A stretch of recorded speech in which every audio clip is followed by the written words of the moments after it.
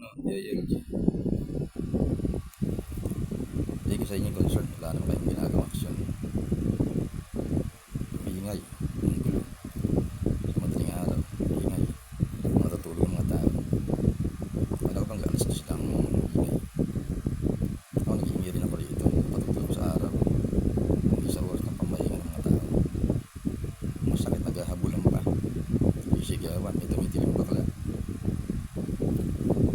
Alauna ng mga madaling araw. Alauna pasado. Ko sa inyo lang ginawa. Yung food card namin dyan, sumira yan, standby. Iniiwa yung boom. Pinutas yung gulong.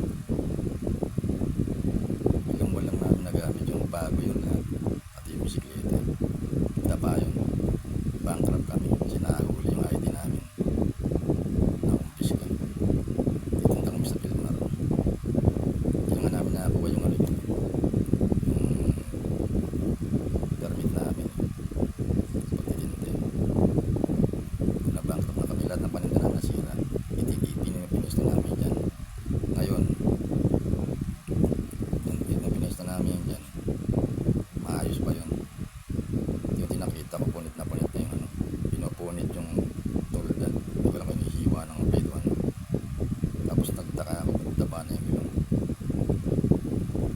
Walang mga disko-disko ko nung pinaklas ko pinutas, ginamit yung drive kasi nagawa ng mga tambay na inaabot ng madaling araw dito.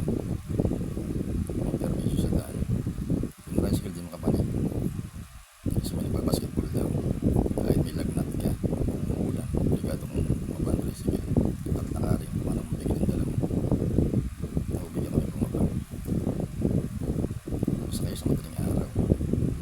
Ang bibigay sa ating consumer sobrang dalawang basketball ang daan.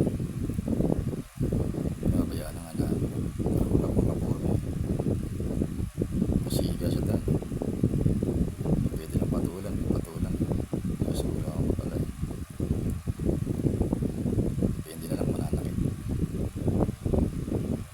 Ang ginagawa niyo, payo lang yatang huliin nag-aaral ng simento. Wala nag-aaral ng simento sa gabi.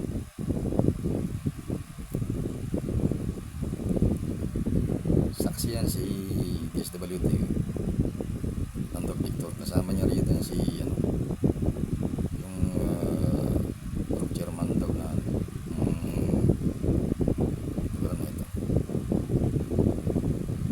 Siya pa nagtanong natinong kasi ako ng DSWD, meron ba kayong meron kaming food card, kaso sinira ako na kasi na-clearing daw, ititigitan daw kami. Mabigyan kami sa akin ayaw benta ng 4 kilo so magpuputi ayaw lang sa amin yung gulong yung bike sinama na namin kasi wala mang bankrupt kami. Ngayon yung tulong ng DSWD hindi namin nagamit na maayos kasi pinagpagawa ginamit pagpagawa ng bagong food card at yung food card ngayon konti lang ang natira doon. Sabi niya ganun is the pagdating ng ginamit na pondor o na bankrupt din hanggang ngayon andun.